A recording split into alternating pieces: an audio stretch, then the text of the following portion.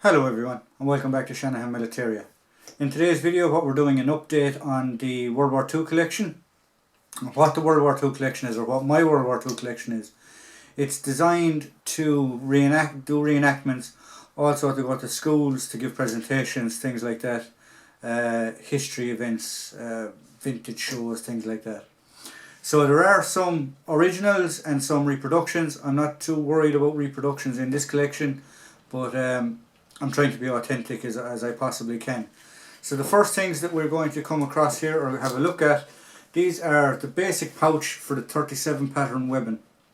Now I believe these are the Mark III version, and the reason I believe they're the Mark III version, I don't know if I can barely make it out, but it says here on the top, there's what you can see is the remnants of an M and a K, and either a 3 or a 2 over here. I believe it's a 3.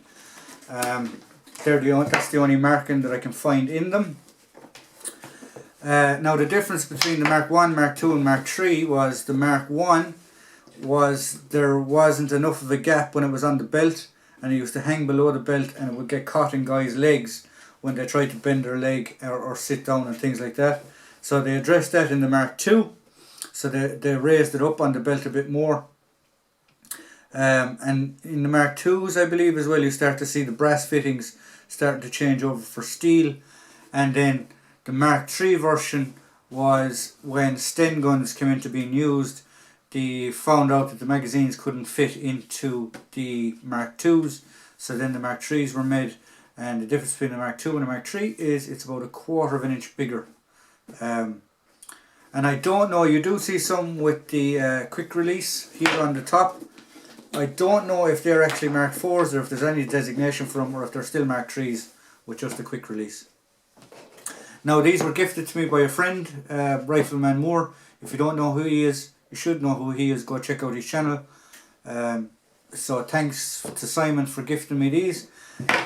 As I said, this is for a reenactment type kit.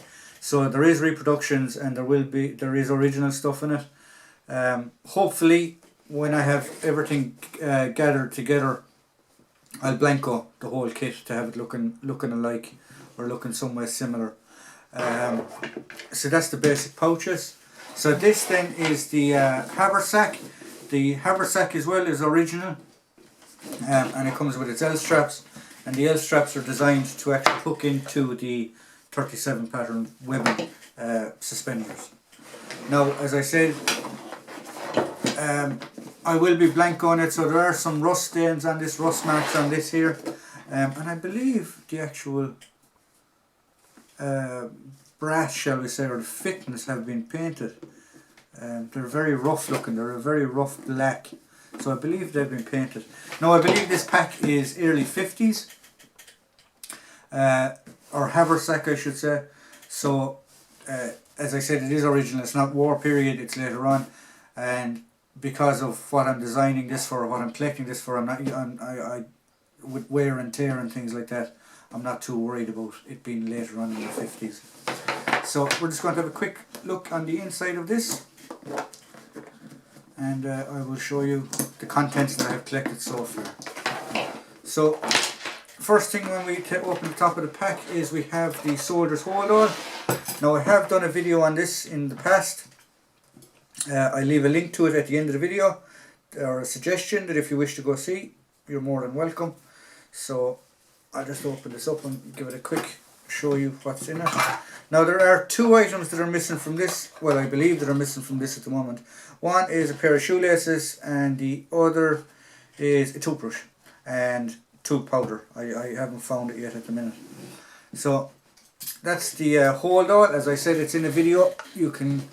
I'll leave it linked below that, or after the video, that you can go and watch it. So what else have I in here? I have a reproduction cardigan or wool jumper, V-neck wool jumper. Now this is a slightly tanner.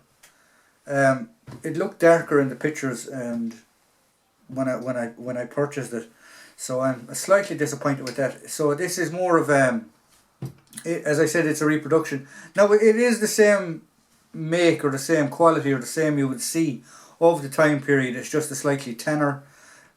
compared to the one that I was hoping for will be a darker green for European theatre, but this would have been for North Africa and Italy and things like that. So I'll just fob it off that, you know, 8th Army guys would have had this anyway, and the chances are some of them probably would have held on to it when they went to Europe. So it's just a basic jumper with a V-neck in it. This is a size 2, so it's a bit of a slight medium. It fits me well, and it is quite nice. So that's the jumper that I have at the minute. And then the last but not least is I have a set of mess tins. Now these mess tins are more modern. They are 1984, but they are actually British Army issue.